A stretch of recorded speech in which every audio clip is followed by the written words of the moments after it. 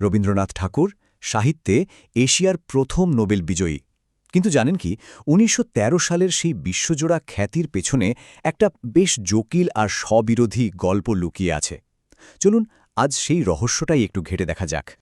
ব্যাপারটা দেখুন, একদিকে রবিশঙ্কর বলছেন তিনি শেক্সপিয়ার আর গেটের মতো সম্মানিত, আবার অন্যদিকে ঠিক তার কয়েক বছর পরেই ১৯৩৭ সালে গ্রাহাম গ্রিন লিখছেন যে বিশ্বাসী হয় না কেউ এখনও ওর কবিতাকে গুরুত্বের সাথে নিতে পারে। কি অদ্ভুত, তাই না? মানে একই মানুষ, অথচ দুই জায়গায় দুই রকম পরিচয়। কিভাবে এটা সম্ভব হলো?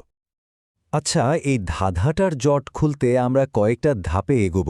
প্রথমে দেখব তার এই অদ্ভুত খ্যাতির ব্যাপারটা, তারপর নোবেল পুরস্কার পাওয়ার পেছনের গল্পটা, এরপর জানব অনুবাদে কি সমস্যা হলো, আর সবশেষে বাঙালি আইকন হিসেবে তিনি কেন এত গুরুত্বপূর্ণ সেটাও বোঝার চেষ্টা করব।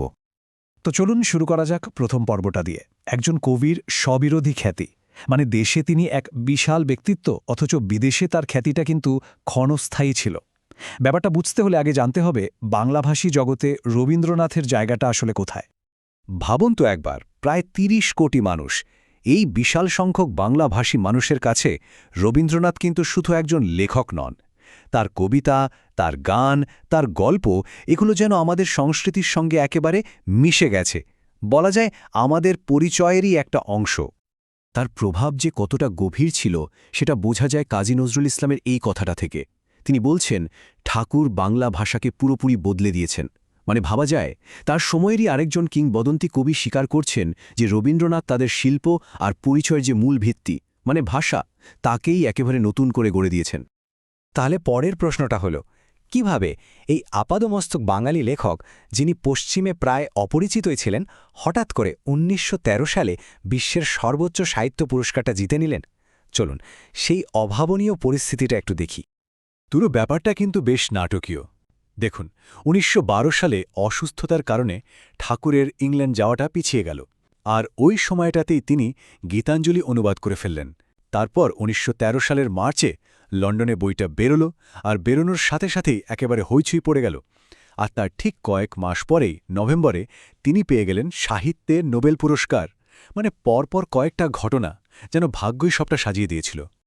আর এই হইচইয়ের পেছনে কিন্তু ডব্লিউ.বি. ইয়েটসের মতো বড় বড় কবিদের একটা বিরাট ভূমিকা ছিল। ইয়েটস তো গীতাঞ্জলির ভূমিকা লিখতে গিয়ে বলেই ফেললেন যে এই কবিতাগুলো বছরের পর বছর ধরে এমনভাবে আমার রক্তকে আলোড়িত করেনি। তিনি আরও বললেন, এটা একদিকে যেমন সর্বোচ্চ সংস্কৃতির ফসল, তেমনি আবার ঘাস বা নলখাগড়ার মতোই মাটির কাছাকাছি। মানে ইয়েটসের মতো একজন কবি যখন এতটা আবেগ দিয়ে কাউকে পরিচয় করিয়ে দেন, তখন তো সাড়া পড়বেই। শুধু ইয়েটস নন, সময়টাও একটা বড় ব্যাপার ছিল। ভাবুন, ইউরোপ তখন প্রথম বিশ্বযুদ্ধের দোরগোড়ায় দাঁড়িয়ে, চারদিকে একটা অস্থিরতা, উদ্বেগ, বস্তুবাদ থেকে মানুষ যেন মুক্তি খুঁজছিল। ঠিক সেই সময়েই প্রাচ্যের আধ্যাত্মিকতার জন্য একটা গভীর টান তৈরি হয়। নোবেল কমিটিও কিন্তু তার কবিতার ভাববাদী প্রবণতার প্রশংসা করেছিল। আসলে যুদ্ধ নিয়ে উদ্বিগ্ন একটা মহাদেশ যেন ঠাকুরের কবিতার মধ্যে এক ধরনের শান্তি আর সান্ত্বনা খুঁজে পেয়েছিল।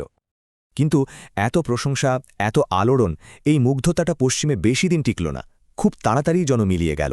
তো স্বাভাবিকভাবেই প্রশ্ন আসে, কেন এমন হলো? কেন এই ফ্যাসিনেশনটা দ্রুতই শেষ হয়ে গেল? চলুন এবার সেই অনুবাদে হারানোর সুর নিয়ে কথা বলি। এর একটা বড় কারণ হল অনুবাদ। দেখুন, E.M. ফস্টারের মতো সমালোচকও ঠাকুরের একটা উপন্যাসের ইংরেজি অনুবাদ পড়ে কি বলছেন, বিষয়বস্তুটা খুব সুন্দর, কিন্তু অনুবাদে এর আসল আকর্ষণটাই হারিয়ে গেছে। এখান থেকেই বোঝা যায় সমস্যাটা কতটা গভীর ছিল।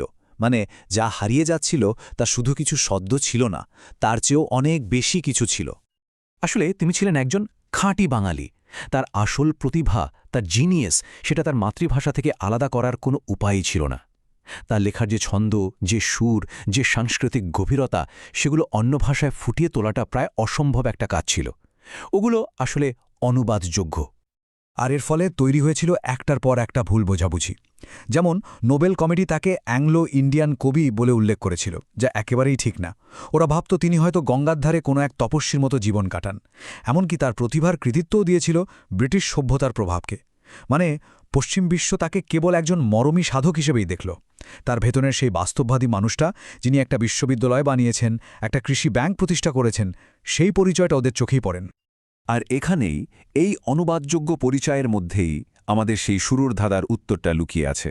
পশ্চিমে তার খ্যাতি হয়তো মিলিয়ে গেছে, কিন্তু ঠিক এই কারণে স্বদেশে আমাদের কাছে তিনি দিনে দিনে আরও বেশি প্রাসঙ্গিক, আরও বেশি গুরুত্বপূর্ণ হয়ে উঠেছেন। চলুন দেখি কিভাবে তিনি এক চিরস্থায়ী বাঙালি আইকন হয়ে উঠলেন। এর সবচেয়ে বড় উদাহরণ হল ১৯৫২ সালের ভাষা আন্দোলন। ভাবুন একবার, ছাত্ররা বাংলাকে রাষ্ট্রভাষা করার জন্য নিজেদের প্রাণ দিয়েছিল। এটা তো শুধু একটা ভাষার লড়াই ছিল না, এটা ছিল নিজেদের সাংস্কৃতিক অস্তিত্ব রক্ষার লড়াই। আর সেই লড়াইয়ের কেন্দ্রে ছিল সেই বাংলা ভাষা, যাকে রবীন্দ্রনাথ একাই একটা নতুন উচ্চতায় নিয়ে গিয়েছিলেন। মানে তার কাজটা বাঙালি পরিচয়ের এতটাই গভীরে পৌঁছেছিল যে মানুষ সেই ভাষার জন্য শহীদ হতেও পিছপা হয়নি। আসলে তাকে শুধু কবি বললে ভুল হবে। তিনি ছিলেন একজন শিক্ষাবিদ, একজন দার্শনিক, একজন জাতি নির্মাতা। তার বিশ্ববিদ্যালয় বিশ্বভারতী, সেটার স্বপ্নই ছিল যত্র বিশ্বম ভবত্যেকে নিরাম, মানে যেখানে গোটা বিশ্ব এসে একটা ভাষায় মিলিত হয়। তার চিন্তাভাবনা আধুনিক দক্ষিণ এশিয়াকে গড়তে অনেকটাই সাহায্য করেছে। তাহলে বাঙালির জীবনে ঠাকুরের নোবেল জয়ের চূড়ান্ত প্রভাবটা ঠিক কী ছিল? এর সবচেয়ে বড় প্রভাব হলো এটা আমাদের একটা আত্মবিশ্বাস দিয়েছিল। এটা প্রমাণ করে দিয়েছিল যে আমাদের নিজেদের সংস্কৃতি, আমাদের নিজেদের ভাষায় কথা বলেও বিশ্ব দরবারে একটা সম্মানজনক জায়গা পাওয়া সম্ভব। এটা ছিল একটা বিরাট স্বীকৃতি। শেষ পর্যন্ত একজন বাঙালি লেখকের এই কথাটা দিয়েই হয়তো পুরো ব্যাপারটা সবচেয়ে ভালোভাবে বোঝা যায়। ভৌগোলিক সীমারেখা দ্বারা ভূমি বিভাজিত করা গেলে বাঙালির হৃদয়ে রবীন্দ্রনাথকে ভাগ করা যাবে না।